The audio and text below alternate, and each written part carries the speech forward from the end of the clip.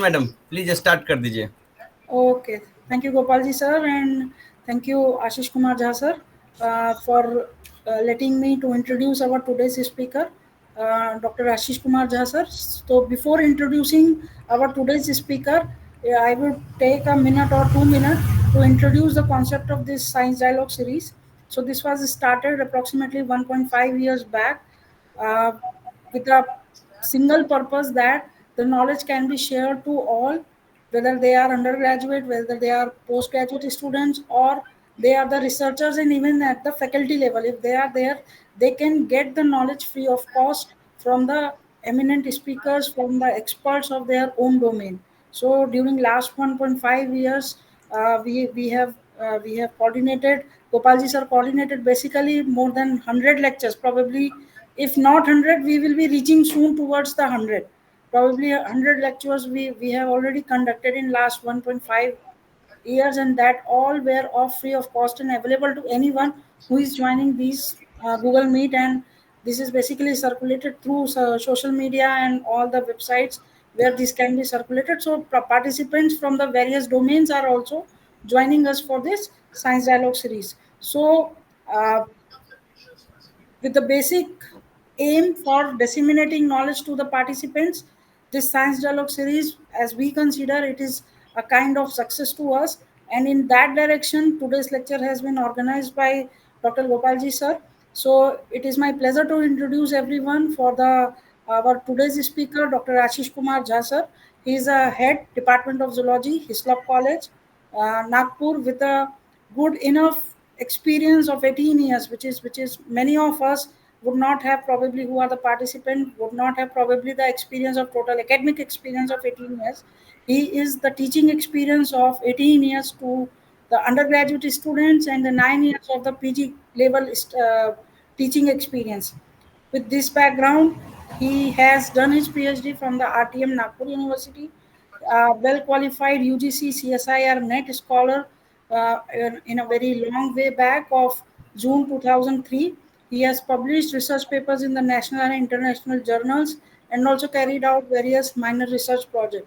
He is also a recognized supervisor of for the zoology subject under the science faculty of RTM Nagpur University, and currently he is guiding PhD students and MSc students for their dissertation on the topics like stingless bees, soil fauna, carbon sequestration, and litter decomposition. So, based upon his experience, he will be delivering to us a topic based on the title "The Role of Beekeeping in the Sustainable Development," which I think would be very interesting for all of us to know about with another perspective for the uh, bee culture. So, sir, now we would be requesting you to take over this virtual platform and start our today's session, so that we can get benefit from your vast experience in the domain.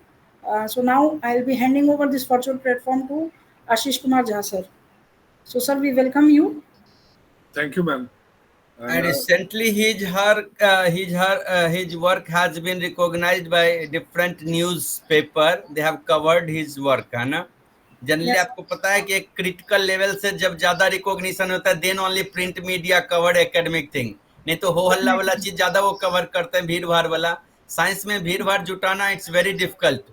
So Yes, generally when people get है ना critical level, है ना threshold level, then they cover. So recently his work has been covered by different print media.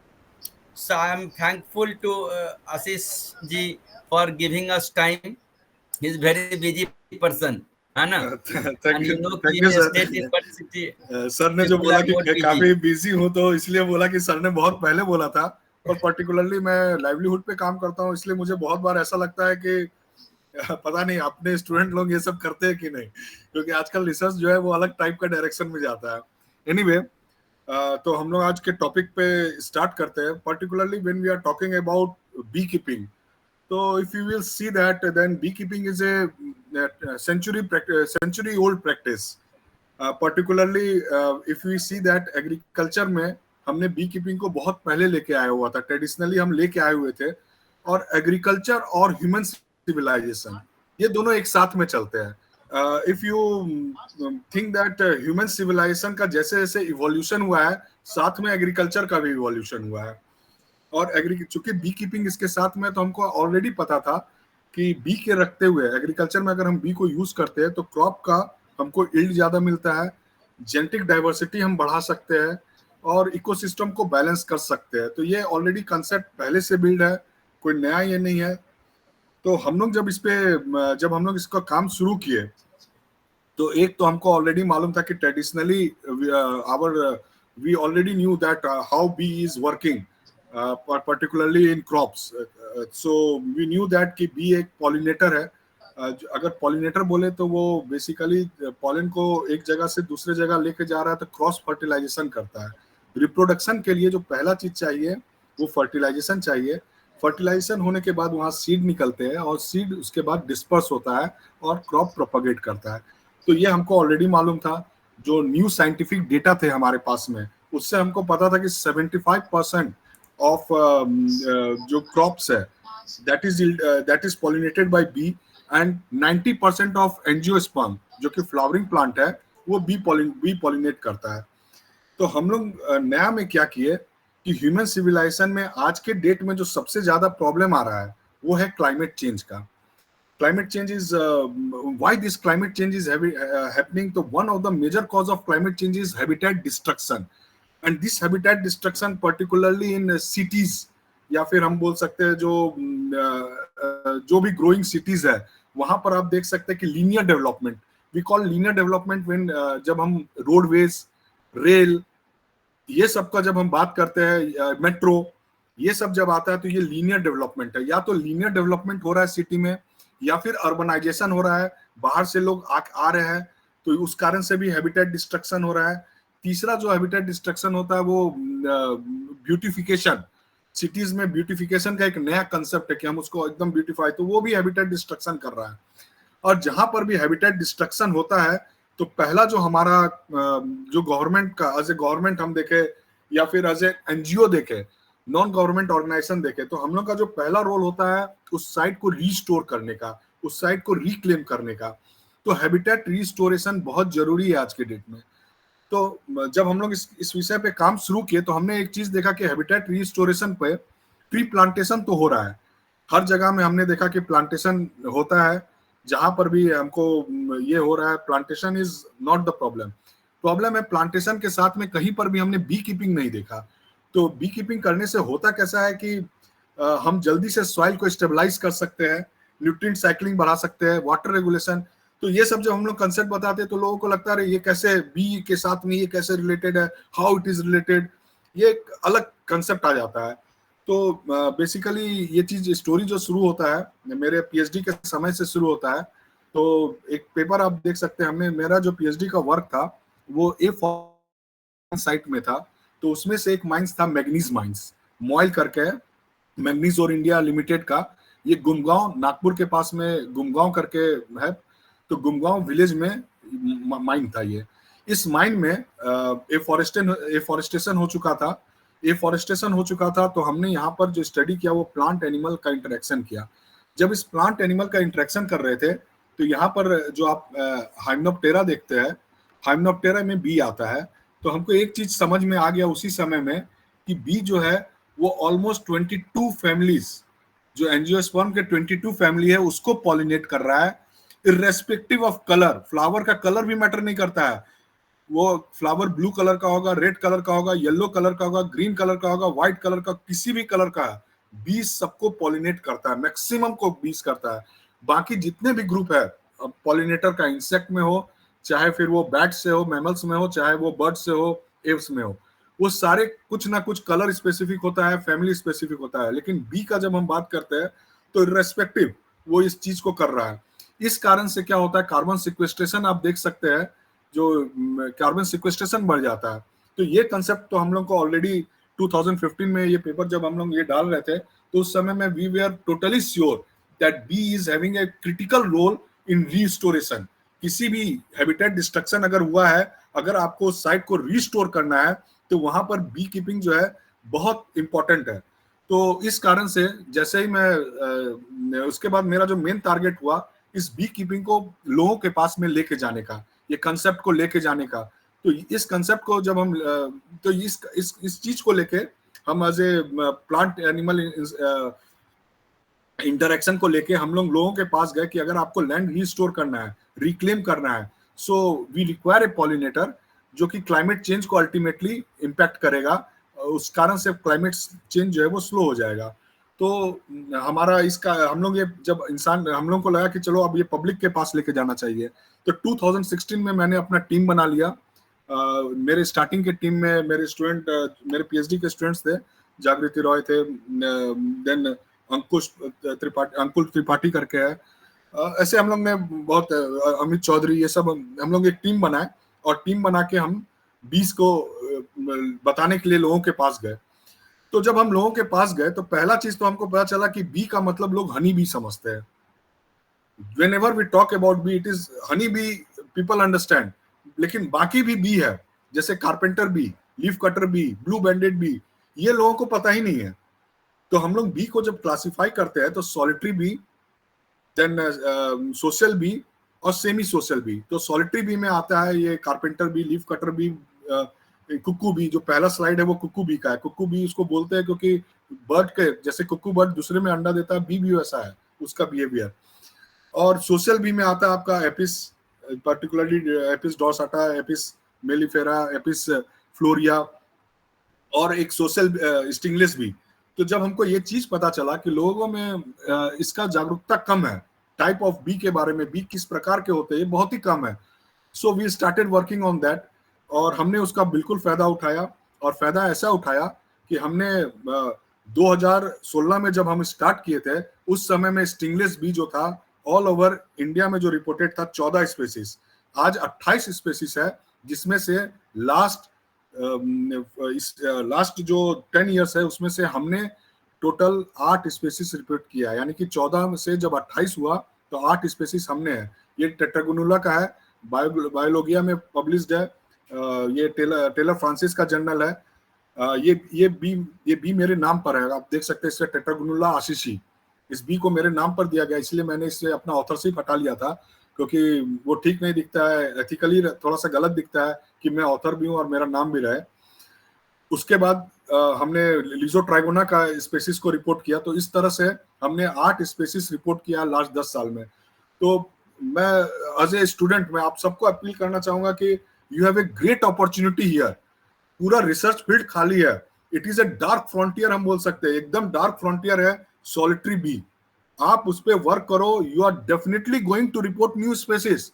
आपके सबके पास में एक new spaces आने का है, एकदम वर्क नहीं है, कुछ वर्क नहीं हुआ इस पे। So solitary bee is one of the hot dish, I can say it is a dark frontier which is playing a very big role in pollination, लेकिन उसके बारे में जानकारी बहुत कम है। तो आप लोगों के पास में एक अपॉर्चुनिटी बनता है। दूसरा, जब हम बी का बात करते हैं तो इस बी को हमको घर भी देना है। पर्टिकुलरली तो हम लोग ऐसे हाइव्स डिजाइन किए हुए हैं। जो एक हाइव आप देख रहे हैं सॉलिटरी बी का है, ये तो आप लोग सब देखे होंगे, मधुमक्खी का जो पेटी है, ये आपने सबने देखा, ये स्टिंगलेस बी के लिए है। So this is another prospect because bees are playing an important, they are not only a forager but they are also a pollinator। तो अगर किसी भी साइट को हमको जब रिक्लेम करना होता है, सस्टेनेबली डेवलप करना होता है, तो हम लोग वहाँ पे बी को प्लांट करते हैं। तो जैसे मैंने आपको बताया मोइल में क्या हुआ, ट्री प्लांटेशन ऑलरेडी था, बी ने क्या किया, प्रोपोगेट किया, नंबर ऑफ प्लांट जो है उसको इंक्रीज कर दिया। वाई? तो मैंने आपको पहले ही बताया कि वो पॉलिनेट हुआ, फर्टिलाइज हुआ, सीड बना, फ्रूट बना, सीड बना, सीड का डिस्पर्सल हुआ। तो इनडायरेक्टली जो बी है वो रोल प्ले कर रहा है, वो रोल प्ले करता है। तो इसीलिए इस बी को अपने को प्रिजर्व करना है। तो प्रिजर्व करने के लिए, कंजर्व करना है पर्टिकुलरली, तो कंजर्व करने के लिए उसको घर चाहिए। तो आप इस तरह का ये डिजाइन कर सकते हैं, यू कैन अर्न दिस, और आप इसको पेटेंट कर सकते हैं। इसके अलग अलग डिजाइन करके आप इसको पेटेंट कर सकते हैं। तो इसके बारे में हम और ये जानेंगे और समझेंगे आगे चल के।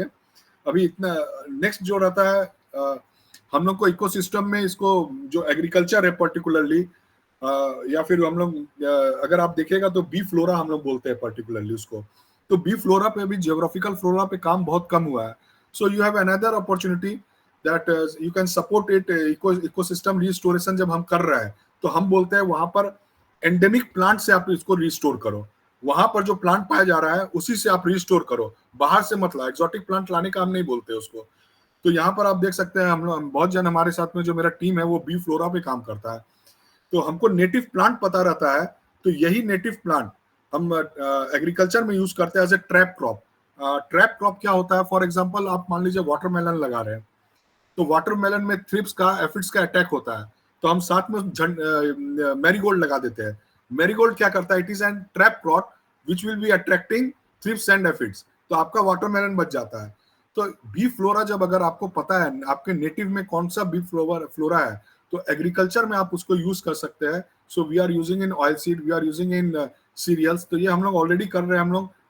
आपका खुद का जगह है, क्योंकि जियोग्राफिकली फ्लोरा अलग हो जाता है, तो आप अपना इस पे ये कर सकते हैं। So it is providing you another opportunity, research opportunity आपको ये प्रोवाइड करता है। So this is one design that we have, ecosystem restore करने के लिए हमने एक डिजाइन बनाया है, जहां पर आप देख सकते हैं कि हम लोग डिफरेंट फ्लोरा एक साथ में डालते हैं, और पर्टिकुलरली ये हम लोग का जो मेन मकसद है ये डिजाइन का, कि आप लोग भी इस तरह से कुछ प्लान करिए, ताकि जब रिस्टोरेशन कर रहे हैं, जहां पर भी आपका ये फॉरेस्टेशन चल रहा है, तो सिर्फ ट्री नहीं लगाना है, ट्री के साथ में हमको बी फ्लोरा भी लगाना है, सो दैट प्लांट प्रोपोगेट ज्यादा करेगा तो जल्दी से वो साइट रिक्लेम्ड होगा। तो उसके लिए आप लोग ये ट्राई करिए। तो ये तो पहला चीज था। दूसरा जो हमको प्रॉब्लम समझ में आया, हमारे इधर में जो बी कीपिंग का जो स्ट्रेटेजी है वो भी बहुत ही ट्रेडिशनल ये प्रैक्टिस हो रहा है, इसीलिए आप कहीं पर भी बी कीपिंग ज्यादा नहीं देखेंगे। आप अगर आपको दिखेगा तो पंजाब के तरफ दिखेगा, नॉर्थ इंडिया में दिखता है, हिमाचल में दिखता है, साउथ में कहीं कहीं दिखता है। तो रीजन क्या है कि हम लोग जो सेंट्रल इंडिया है, पर्टिकुलरली हम लोग जहाँ से बिलोंग करते हैं, विदर्भ बोलते हैं, महाराष्ट्र का एक पार्ट है, तो यहाँ पे माइग्रेटिव बी कीपिंग नहीं होता है। माइग्रेटिव बी कीपिंग कैसा है कि आपको जो डर्थ पीरियड उस पीरियड को बोलते हैं जहाँ पे बी को फ्लोरा नहीं मिलता है, तो वो डर्थ पीरियड में हमको बी बॉक्स को मूव करना होता है एक जगह से जहां पर फ्लोरा है। तो इसके लिए आपको एग्जैक्टली मालूम होना चाहिए कि कौन से पार्ट में कहाँ पर बी फ्लोरा अवेलेबल रहता है। तो माइग्रेटरी बी कीपिंग एक नेसेसिटी है, ऑलरेडी बड़े जगह में हो रहा है, अपने इधर में कम होता है। So one of the failure जो बी कीपिंग का फेल्योर का रीजन है कि ये प्रैक्टिस हम नहीं करते हैं। सेकंड, हम लोग जब बी कीपिंग का करते हैं तो हम लोग फॉर एग्जांपल हम लोग जो आप डाल रहे हैं वो या तो फॉरेस्ट के पास का एग्रीकल्चर लैंड लिए है या फिर प्योर एग्रीकल्चर लैंड है। तो फॉरेस्ट के पास जब हम लेते हैं एग्रीकल्चर लैंड तो हमको पूरा फ्लोरा पता रहता है, और हम उस तरह से बी फ्लोरा को ये करते हैं कि बी फ्लोरा अवेलेबल रहे उसको थ्रू आउट द ईयर। अगर हम माइग्रेटरी नहीं कर रहे तो नहीं कर रहे, कोई बात नहीं, but I will try my level best to provide the bee flora throughout the year so that dearth period does not come. इससे होता क्या है, आपका कार्बन सिक्वेस्ट्रेशन भी हो रहा है। कार्बन सिक्वेस्ट्रेशन बेसिकली जो वर्ड होता है उसमें हम कार्बन डाइऑक्साइड को, एटमॉस्फेरिक कार्बन को सॉइल तक लाना है। तो प्लांट ही ला सकता है, लेकिन इस प्लांट को प्रोपोगेट, इसका जो प्लांट का जो पॉपुलेशन है वो बढ़ाने का काम वो बी करता है। And I told you earlier only कि ट्रेडिशनली एग्रीकल्चर में बी को हमने यूज किया हुआ ऑलरेडी क्रॉप यील्ड के लिए, जेनेटिक डाइवर्सिटी के लिए। तो ये एग्रो फॉरेस्ट्री में आप यूज कर सकते हैं इसको। और दूसरा हम लोग जो अब नया चीज करते हैं वो होता है बॉक्सेस में हमने कुछ किया है, पर्टिकुलरली पेंट। अपने इधर में अभी भी आप देखिएगा, आप जहां पर भी एपियरी देखिएगा तो ब्लू कलर, ग्रीन कलर करते हैं।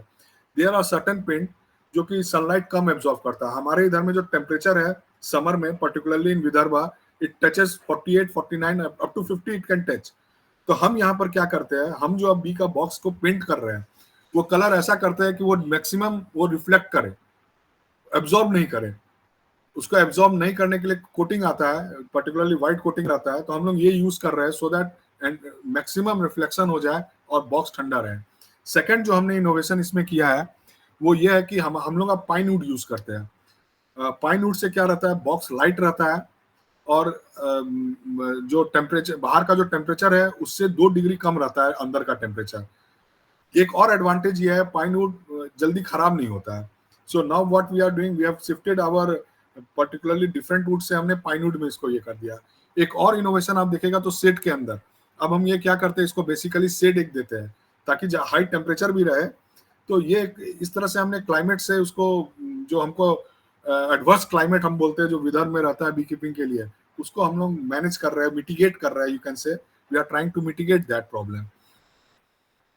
तो इसमें हम लोग इस पे भी अगर आप हम लोग का एक पेपर ऑलरेडी इस पे आप देख सकते हैं, करंट साइंस का ये पेपर है, करंट साइंस में हमने डाला है वाटर ट्रैप मेथड। तो दिस आर इनोवेटिव मेथड्स, आप एक इनोवेशन करेंगे you can easily publish your work. So ये यहाँ पर भी पूरा आपका, मैंने पहले ही बताया कि इस फील्ड में बहुत ज्यादा काम नहीं हुआ है, दिखता बहुत है लेकिन ऑलरेडी यहाँ पे काम बहुत कम हुआ है इस फील्ड में, इसीलिए बी कीपिंग आप अपने इंडिया में बहुत कम देखते हैं, शायद आप लोग जहां से भी होंगे वहां आसपास में बहुत कम ही दिखा होगा बी कीपिंग। हाँ, पंजाब की तरफ होता है। नेक्स्ट जो होता है एक और जो अपने इधर में प्रॉब्लम है वो है पेस्टिसाइड्स। यहाँ पर आप देख सकते हैं कि बी बॉक्स के अंदर में बीज बहुत सारे मरी हुई है। दिस इज ऑल बिकॉज हम ऑर्गेनिक बोलते हैं लेकिन हम लोग सब यहाँ पे आज के डेट में केमिकल पेस्टिसाइड्स यूज कर रहे हैं। ये केमिकल पेस्टिसाइड जैसे ही बी बॉक्स आपका एग्रीकल्चर फील्ड में रखते हैं हम, आप ये देख सकते हैं कि कितना डिफिकल्ट है इसको। So another thing is that we have जो हम लोग इंसेक्ट पेस्ट मैनेजमेंट पढ़ते हैं या फिर इंसेक्ट पेस्ट मैनेजमेंट जो हम प्रैक्टिस कर रहे हैं, तो आईपीएम में हम लोग को कोशिश करना चाहिए मैक्सिमम बायोलॉजिकल पेस्ट कंट्रोल करने का बजाय कि केमिकल की तरफ जाने का। और केमिकल की तरफ जा भी रहे तो ऑर्गेनिक केमिकल को यूज करना है, ये one of the important thing है इससे बी को बचाने के लिए। कुछ एडवांसमेंट हम देखेंगे अभी बी कीपिंग में जो हम लोग किए हैं और आप लोगों के पास में अपॉर्चुनिटी है इसको करने का। पहला तो हम लोग बॉक्सेस का देख रहे हैं। जो सबसे बड़ा प्रॉब्लम आता है बॉक्सेस में कि हमने जो यहाँ पे किया IoT बेस्ड बॉक्सेस है, ये सब आपका जो बॉक्स है वो टेम्परेचर कंट्रोल कर रहा है। यहाँ पे जो किट लगा हुआ है ये किट क्या करता है तो टेम्परेचर को कंट्रोल कर रहा है।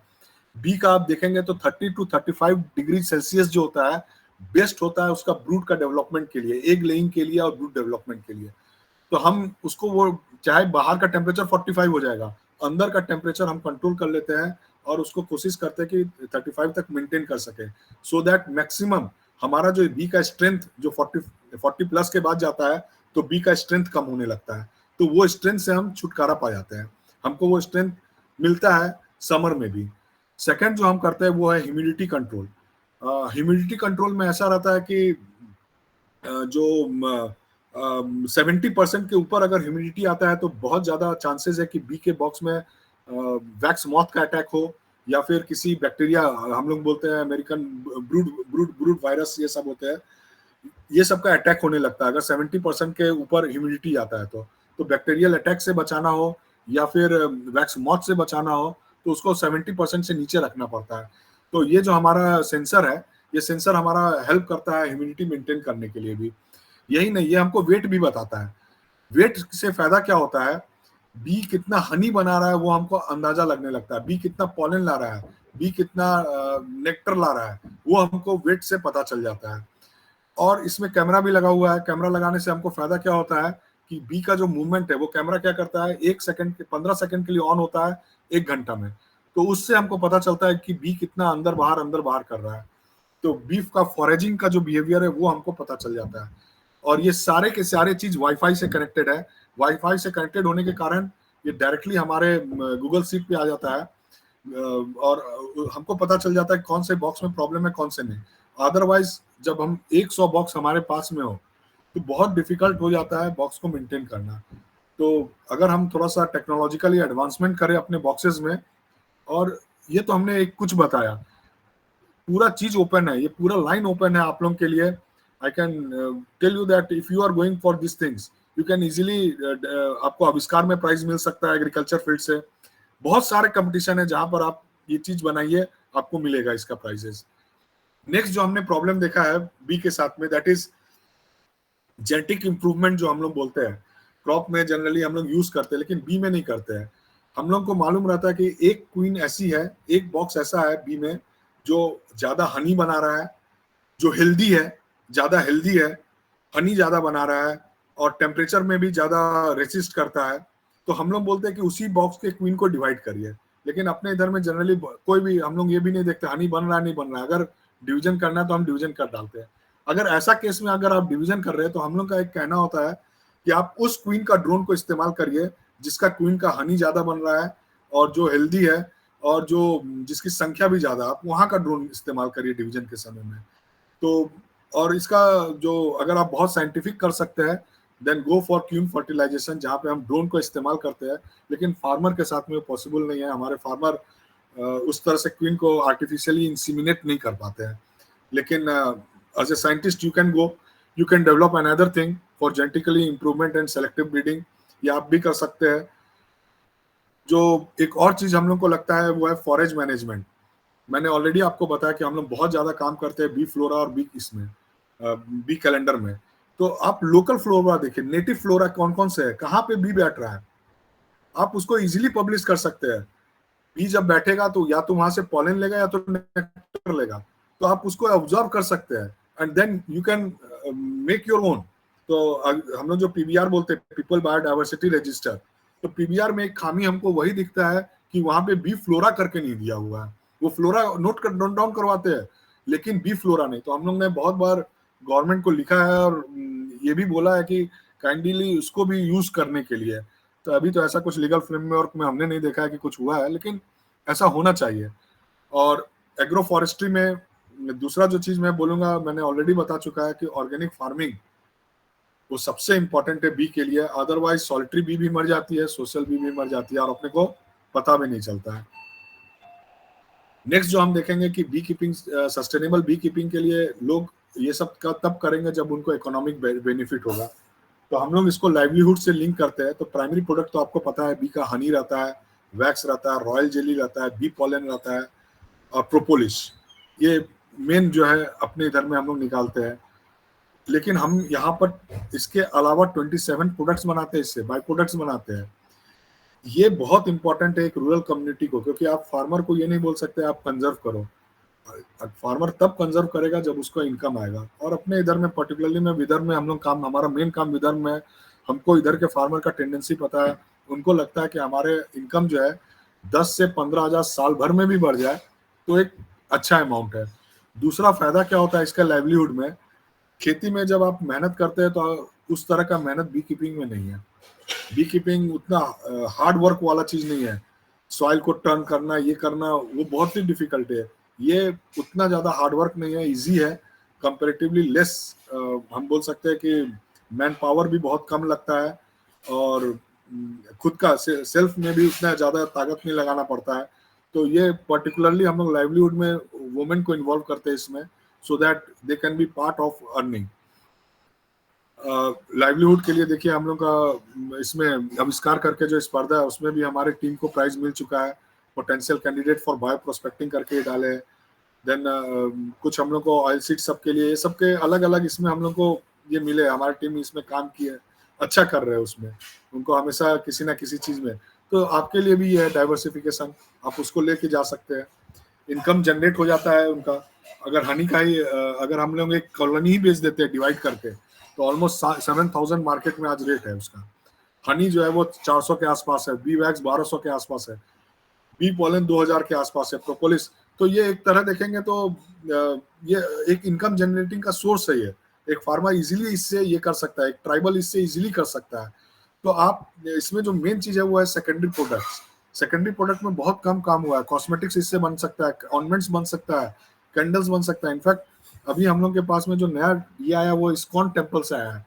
इस्कॉन वाले गंध लगाते हैं कृष्ण भगवान को, उसमें वो पूरा ऑर्गेनिक लगाते हैं। तो हम लोग से उनसे उनका एक्सपेक्टेड है कि इसेंशियल ऑयल ले वैक्स में, और वैक्स इतना सॉफ्ट होना चाहिए कि वो गंध लगा सके। तो अभी हम लोग साइट्रुलिना का ऑयल है उसको यूज कर रहे हैं, बी वैक्स यूज कर रहे हैं। और लेकिन हमारा सॉफ्टनेस थोड़ा सा कम और सॉफ्ट करना है, तो उसमें हम लोग कोकोनट ऑयल ये सब अभी यूज किया है, लेकिन वो जो उनका जो रिक्वायरमेंट है उसको नहीं कर पाया। तो आपके पास भी ये अपॉर्चुनिटी है, go for that, you can easily market that. तो एन नंबर्स ऑफ प्रोडक्ट्स है जो आप बना सकते हैं, यू कैन अर्न, आप उसको पेटेंट कर सकते हैं। तो ये भी पूरा फील्ड आपके लिए ओपन है। नेक्स्ट जो है वो हम लोग पॉवर्टी एलिवेशन के लिए हम लोग जो सबसे पहला जो चीज करते हैं, डिफरेंट खादी ग्राम उद्योग हो, खादी ग्राम उद्योग के साथ में काम करते हैं। एग्रीकल्चर डिपार्टमेंट जो है स्टेट का, उसके साथ में काम कर रहे हैं, क्योंकि ये इंडिविजुअली काम नहीं हो सकता है। इसके अलावा जो फॉरेस्ट डिपार्टमेंट है हमारा, जो मेन है वो फॉरेस्ट डिपार्टमेंट है, वो हमको हेल्प करता है। इसके अलावा बहुत सारे इंडस्ट्रीज है जो CSR फंड हमको देते हैं इसके लिए कि आप लाइवलीहुड के लिए जाए, so you can have this also, you can make your team, आप हम लोग के साथ ज्वाइन कर सकते हैं, हम लोग आपको वो पूरा ये दिला सकते हैं। सो एक बहुत ही अच्छा मीन्स अपॉर्चुनिटी है कि आप अपने सब्जेक्ट को, आप अपने प्रोडक्ट को एक रूरल इंडिया में या ट्राइबल में हम लोग लेके जा सकते हैं, क्योंकि उनको जरूरत है। और आप आपके पास में लैब है, लेबोरेटरी है आप लोग के पास में, आप वहाँ डेवलप कर सकते हैं, इस पे काम कर सकते हैं। तो एक ये भी एक अपॉर्चुनिटी मिल जाता है हमको, तो इससे हम लोग उनका इकोनॉमिकल रिसेलेंस बोल सकते हैं उसको, जो हम कर रहे हैं आज के डेट में। जो हमको थोड़ा सा जो पॉलिसी में हमको लगता है क्या कमी है उसके बारे में बात करेंगे, तो पर्टिकुलरली तो पहले हम फाइनेंशियल सपोर्ट का बताएंगे। अगर आप बी कीपिंग करते हैं तो प्रधानमंत्री का जो national bee and honey mission है, NBHM हम बोलते हैं उसको, उसके अंदर 5 करोड़ का ग्रांट मिल रहा है। अगर आप क्वीन लेयरिंग कर सकते हैं, अगर आप क्वीन लेयरिंग करते हैं तो you can earn up to 5 crore, बस खाली आपको एक क्लस्टर बनाना है। So it is a very good support amount. अगर आप इंडिविजुअली भी देखें तो 50 लाख 25 लाख दोनों का टारगेट है। आप अगर ये डाल रहे हैं बी प्रोसेसिंग यूनिट, तो उसके लिए भी हनी प्रोसेसिंग यूनिट के लिए अलग से आपको 10 लाख दे रहा है। So whether it is KVIC, khadi village industrial commission, आपका जो स्टेट इंडस्ट्री भी जो होगा board, khadi village industrial board भी जो होगा वो भी सपोर्ट कर रहा है। यही नहीं, जो FAO है, चूंकि बी कीपिंग जो है ये सस्टेनेबल डेवलपमेंट गोल में मैंने आपको ऑलरेडी बताया कि क्लाइमेट चेंज में ये रोल प्ले करता है, तो FAO has recognised the bee role in climate change and mitigation. So वो हम लोग बोलते हैं उसको सस्टेनेबल डेवलपमेंट गोल, तो उसमें वो आ जाता है। फूड सिक्योरिटी में अंतर आता है, रूरल लाइवलीहुड के लिए आता है, तो 3 सस्टेनेबल गोल को ये फुलफिल करता है। So lots of international bodies are going to give you the money for that.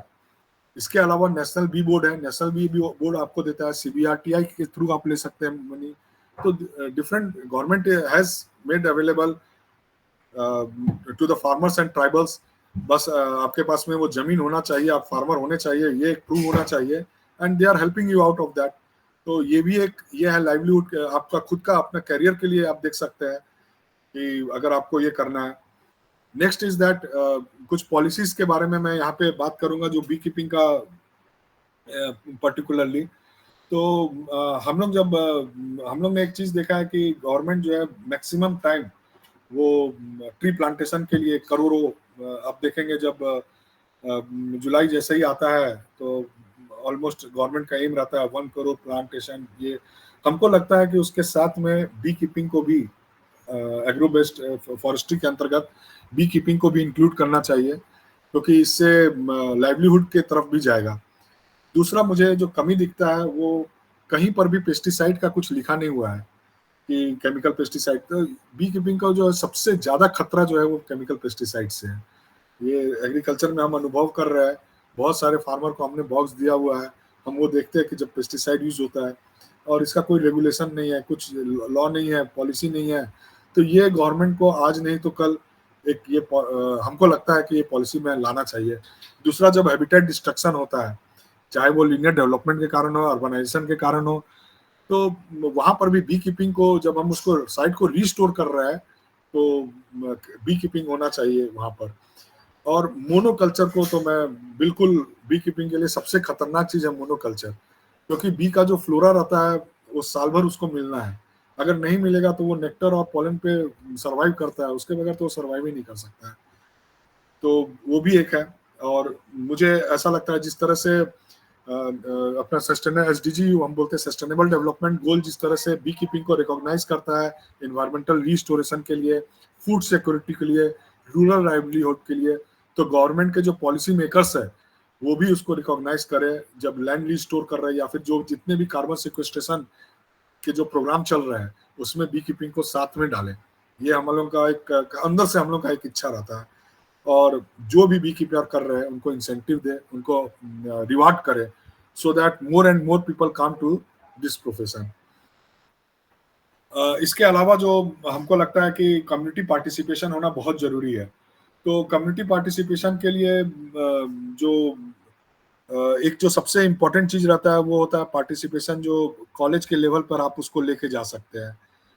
तो लोकल कम्युनिटी का जो हम लोग जो एज ए टीचर, हमको लोकल कम्युनिटी में जाना है, लोकल कम्युनिटी में जाके इसके बारे में बताना है, क्योंकि आज भी आप देखिएगा तो जो हनी का जो निकालने का जो तरीका है वो जला देते हैं, पूरा का पूरा जलाएंगे, उसके बाद बी को भगा देंगे, मार देंगे, तो वहां पे कंजर्वेशन नहीं हो पाता है। It is not about Honey harvesting, it is about all about how you harvest.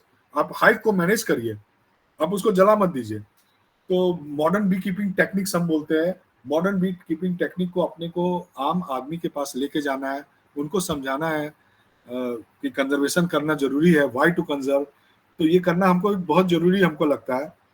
फिर अवेयरनेस फार्मर को अपने इधर में particularly they know that they are agricultural friends है, उनको मालूम है, लेकिन उनका जो पॉलिनेशन का जो रोल है उनके क्रॉप में, पर्टिकुलरली अगर वो ऑयल सीड लगा रहे हैं, वो पल्सेस लगा रहे हैं, या फिर वो वेजिटेबल लगा रहे हैं, what role bee is playing, how it is playing, how quality is plant का जो क्वालिटी है वो किस क्रॉप का क्वालिटी किस तरह से इंप्रूव हो रहा है, किस तरह से उसका जेनेटिक डाइवर्सिटी बढ़ रहा है, ये बताना बहुत जरूरी है फार्मर को, क्योंकि ये उनको पता नहीं रहता है। वो उस कारण से भी बहुत ज्यादा वो पेस्टिसाइड यूज करते हैं, क्योंकि उनको लगता है कि क्रॉप तो खराब हो जाएगा। तो हमको बी का एक फार्मर को ये भी अवेयरनेस देना जरूरी है। और जो सबसे इम्पोर्टेंट चीज रहता है, क्योंकि गवर्नमेंट का जो फंड देखेंगे तो फंड जो रहता है वो कोऑपरेटिव को रहता है, क्लस्टर को रहता है। तो हमको फार्मर ऑर्गेनाइजेशन को बताना है कि आप कलेक्टिव काम करिए, मार्केटिंग इसका अच्छा हो जाएगा, नॉलेज शेयरिंग के लिए आप हम लोग के साथ में आ सकते हैं, हम लोग आपको मार्केट का प्राइसेस, बेटर मार्केट प्राइसेस आपको मिल सकता है उस कारण सबसे। तो ये एक चीज है जो होना चाहिए। और कोलैबोरेशन, जो सबसे बड़ा चीज लैकिंग है वो है कोलैबोरेशन का। ना तो एकेडमिक इंस्टीट्यूट के साथ में बी कीपिंग का कोई ताल्लुक रहता है। जो खादी ग्राम हम देखते हैं, तो खादी ग्राम का काम है उनको ट्रेनिंग दे देना और बक्सा दे देना, फॉलो अप का कोई ये नहीं लेना देना है। उसके बाद फार्मर उनको फोन करते रहते हैं, वो नहीं। एनजीओ भी बी कीपिंग में आप नहीं देखेगा कि कोई एनजीओ बहुत ज्यादा इन्वॉल्व है बी कीपिंग में। एकेडमिक इंस्टीट्यूट्स में भी बहुत सारे प्रोजेक्ट करते हैं, लेकिन हनी पे कोई काम कर रहा है, कोई इस पे काम कर रहा है, लेकिन जो बाई प्रोडक्ट्स है फार्मर को लेके है, ये वाला एकेडमिक इंस्टीट्यूट के साथ में नहीं है। लोकल कम्युनिटीज को, ये सबको मतलब एक हम लोग का जो कहने का मतलब है कि रिसर्च, इनोवेशन और पॉलिसी, ये सारे चीज को एक साथ में आके उसको इफेक्टिवली इम्प्लीमेंट करना बहुत जरूरी है। So, as I told you that how beekeeping is contributing to sustainable development goals. तो मैंने आपको ऑलरेडी बताया कि बी कीपिंग जो है वो आपका पहला जो गोल रहता है जीरो हंगर, हम बोलते हैं एसडीजी का सेकंड गोल है जीरो हंगर। तो हमारा जो देखेंगे तो फूड सिक्योरिटी थ्रू पॉलिनेशन, ये सस्टेनेबल डेवलपमेंट का एक गोल है जो बी कीपिंग के थ्रू होता है। तो मैंने आपको स्टार्टिंग में ही बताया था कि 70% of food crop and 90% of flowering plant जो है, बी जो है उसको पॉलिनेट करता है, उसको रिप्रोड्यूस करता है, उसको प्रोपगेट करता है। तो indirectly it is playing a very good role in enhancing food security.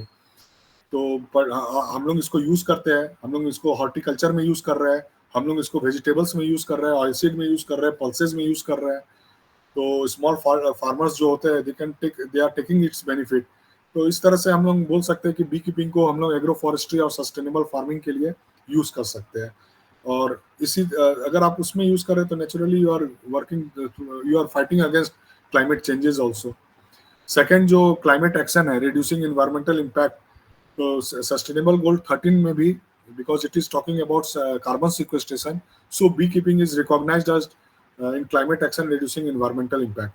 तो हमने पहले ही आपको बताया कि बी क्या करता है, तो पॉलिनेट करता है। पॉलिनेट करने के कारण क्या होता है, जो फर्टिलाइजेशन होगा, फर्टिलाइजेशन के कारण रिप्रोडक्शन होगा, तो इसके कारण से फॉरेस्ट जो है रीजनरेट करता है, ग्रासलैंड रीजनरेट करता है। एग्रीकल्चर का जो लैंड, एग्रीकल्चर देखेंगे तो वहां पर भी आपको ये दिखेगा, वंस जब number of plant increases, naturally जो कार्बन जो है एटमॉस्फेयर से वो ज्यादा के ज्यादा ले सकते हैं।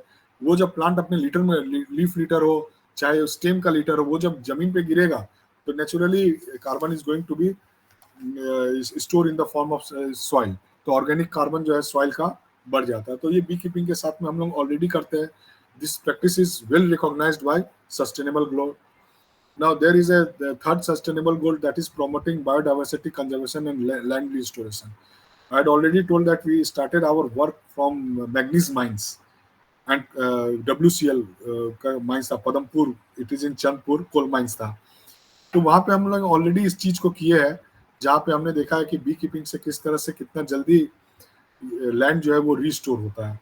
सो this is the third goal that is fulfilled. So final thought that I can give you is that beekeeping जो है ये climate resilience, sustainable agriculture and biodiversity conservation तीनों को प्रमोट कर रहा है.